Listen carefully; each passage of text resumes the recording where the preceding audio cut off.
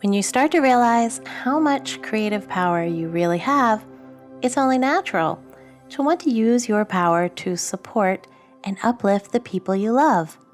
In Chapter 5 of Prayer, the Art of Believing, Neville Goddard shares powerful insights into how you can use the law of thought transmission to help the ones you love and help yourself at the same time. Let's dive in and take a look at what to do, what not to do, how to do it, and the incredible lessons that I've learned from almost 30 years of using prayer and the power of thought transmission for my sons. These are 3 often overlooked but key points that Neville makes. As you'll soon discover, the third one takes some interesting twists and turns. Number 1, the ideal process. What exactly are you transmitting, and how is it getting there? Number 2, caution. How to avoid the trap of praying your way back into a low vibration. And number 3, the non-negotiable, but I promise you, inspiring and empowering truth. First, the ideal process. What exactly are you transmitting, and how is it getting there? Step 1 is to get clarity on the desired end result for the other person. As a mom with nearly 30 years of experience of heartfelt prayer for my sons, I can see the big mistakes that I was making here in the earlier years. The words of Neville Goddard: to pray successfully, you must have clearly defined objectives. You must know what you want before you can ask for it. You must know what you want before you can feel you have it. And prayer is the feeling of the fulfilled desire. Now, we often approach our prayer for others from the perspective of, oh, please take their burdens away, take their suffering away. And this, of course, creates that lack and suffering-based vibratory state, both within you and within the other person. So instead, you want to get crystal clear on the image and the feeling of the person in the ideal desired state. As you turn your attention away from your perception of the current state and toward the desired state, your beliefs, feelings, and corresponding vibration of your consciousness will all rise to that state and be projected to the loved one. As Neville says, recognition of a state vibrates or awakens it. To change a man, you must change your conception of him. You must first believe him to be the man you want him to be and mentally talk to him as though he were. Your vibration is being transmitted to the intended recipient, regardless of the nature of the vibration. And you might be wondering, well, how is the vibration of my consciousness being transmitted to my loved one? As I discussed in greater length in the Law of Thought Transmission Explained, we do better understand this now through principles of modern science, such as entanglement.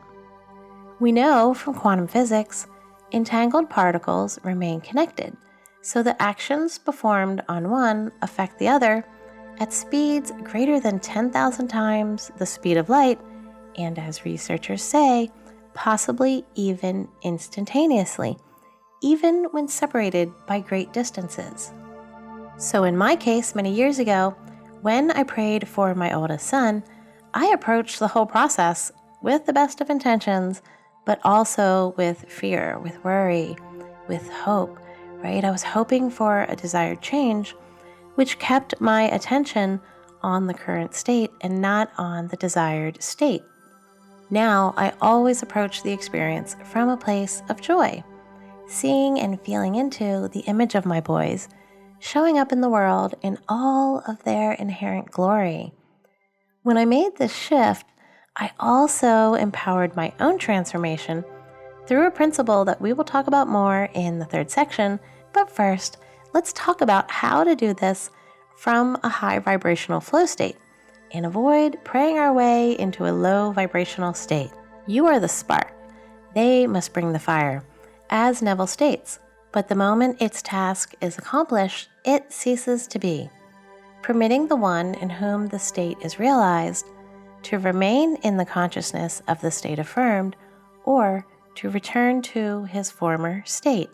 The impetus of your love to choose to focus your life force, your energy, and your attention toward the greater good of another is in and of itself a powerful event that benefits everyone involved. And as you consider what Neville is saying here about the ongoing transformation being up to the recipient, you can avoid falling into the low vibrational trap of feeling responsible or desperate to keep up your efforts to maintain this state for another. It should go without saying that if you do that, then this experience itself becomes a low vibrational state, which will of course attract its own. Neville mentions it so many times in this chapter that I think it's worth reminding ourselves so we can enjoy the whole experience from a higher vibrational state. Neville Goddard. Were the tones of health not contained within the consciousness of the one whom they are affirmed, they could not be vibrated by the word which is sent. You do not really give to another. You resurrect that which is asleep within him. The possibility to impress an idea upon another mind presupposes the ability of that mind to receive that impression. Now, I know I also did this for a while. Whenever one of my boys would struggle, I would think, I gotta get in there, gotta use my good juju to help them get through this or to help them get back on track. However, once I reconsidered my position based on Neville's wise teaching here, I realized that the implication and vibrational impact of me holding this perspective is that they are not inherently capable of successfully navigating the challenges in life. Getting very interesting, isn't it? And also very liberating. And this is where things really started getting interesting. Just wait till you hear what happened next on my journey and what it could mean for you. Let's look at number 3, the non-negotiable truth. The belief must first be alive within you. Neville Goddard. To awaken a state within another, it must first be awake within you. The state you would transmit to another can only be transmitted if it is believed by you. Therefore, to give is to receive. You cannot give what you do not have, and you have only what you believe. So to believe a state as true of another not only awakens that state within the other, but makes it alive within you. You are what you believe. Now, this is the point in my own journey of prayer for my sons when I said, oh snap, and really started to wake up, because I realized I had not yet taken ownership myself of all the states that I wanted so much for them to take ownership of. And this is an easy mistake to make. We tend to focus on the importance of something because we've experienced the lack of it ourselves. But as Neville states, to awaken a state within another, it must first be awake within you.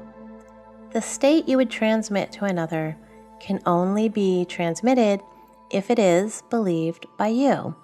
Therefore, to give is to receive. And this is the point where I realized that I must first allow myself to fully realize these states within myself too. And so I looked at the ideal version that I was seeing in them, and I began to see myself in the same ways. This speaks very heavily to Neville's statement. So to believe a state as true of another not only awakens that state within the other, but makes it alive within you. In fact, Neville often suggests that when you struggle to see the ideal state in yourself, to use that mental energy and to see it in another person. And then I noticed something really interesting that happened. The need for an intentional prayer practice really disappeared. It's just because my boys and I now share a mutual assumption of certain states. Now, we just see them as inherent to who we are and our reality. And this was achieved when I accepted that non-negotiable truth that to awaken a state within another, it must first be awake within you. The state you would transmit to another can only be transmitted if it is believed by you. Therefore, to give is to receive. And that's the beauty of the law of thought transmission and praying for others. It's a win-win. Everyone benefits from it.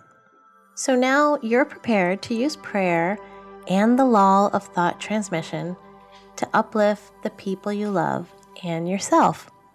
Look at each of these core elements. Enjoy the process and just keep growing. As Neville states in another teaching, a disciple is one who conditions his mind so that he may act on higher and higher levels of consciousness. Please share your thoughts in the comments. Be sure to subscribe and keep watching. I'll see you in the next video.